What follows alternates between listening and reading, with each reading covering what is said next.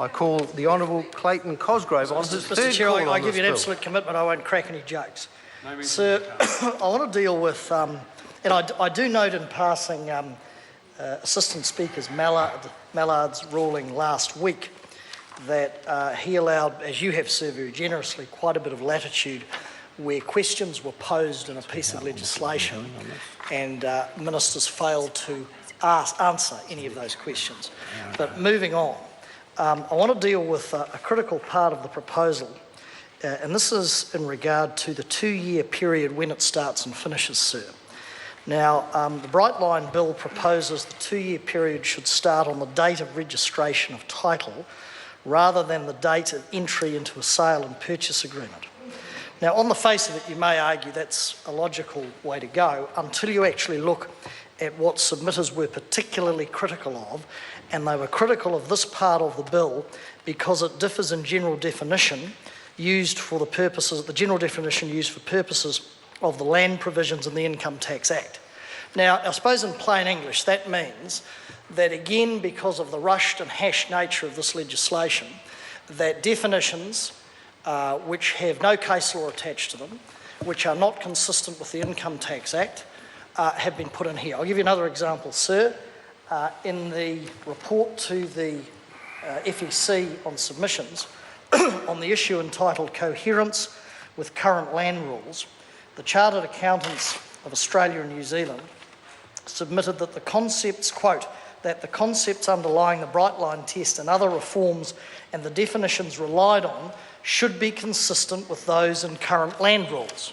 So essentially, in plain English again, they're saying that the definitions you put in this piece of legislation should be consistent, if you like, with the Income Tax Act. I would have thought the IRD would have said, yep, that makes sense because we have an abundance of case law in respect of a whole host of definitions, and in respect of the Land Act, because again, we have a whole host of case law around the definitions. But hey presto, in a sort of David Bennett turbo-boosted special, we ram this thing through, and there is a total inconsistency in definitions. And when I would have thought you had the Chartered Accountants of Australia and New Zealand ringing alarm bells around this, that the government would have looked at it and said, hang on, we've got to get this right. Now, I don't blame the IRD officials because they're under instructions from ministers. But you've got to say that this legislation breaks new ground in the level of critique from the private sector taxation profession, right through from, as my colleague talked about, the definition of main home, to the exemptions around farmland, to a whole host of aspects which colleagues have debated here tonight. As I said in my first contribution, tax law at its essence has to be simple for people to understand, it has to be transparent, and generally not, or very rarely, should it ever be retrospective. But we have a whole series of definitions and new terms here which have essentially been invented. And the difficulty is going to be, as the Australian-New Zealand Chartered Accountants pointed out, sir, that this whole piece of legislation lacks coherence, lacks any sort of case law around it. There's an invention of new law. Now, in the old days, this sort of stuff would have never got from the IRD to the minister's desk.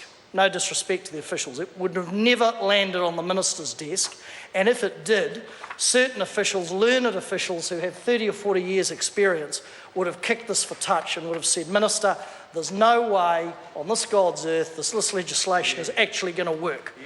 It's out. Now, we've had a litany from revenue ministers, whether it be the car park tax, which got booted, the tax on computers that got booted, it was a laughing stock, and now we have this. And whilst on this side of the House we say that we commend any measure, minimal though it may be, to crack down on property speculation and give folks, not only in Auckland but right round the country, the ability to get into their first home, have a fair go, you've got to say, and it's not just politicians saying it, discount everything we say on the opposition. Just discount it. Throw it out the bin if you want it. But you've got the profession from the New Zealand Law Society, the Australian-New Zealand Chartered Accountants, and on, EY, and on it goes. Now, these folks generally, I think, aren't political. They are pretty honourable people. They are very learned in their profession, and they have said through nearly every aspect of this bill, the definitions of main home, the farmland, the definitions that I've called out, that it simply, Mr Chair, I call that Adrian it simply Rubafi. will not work.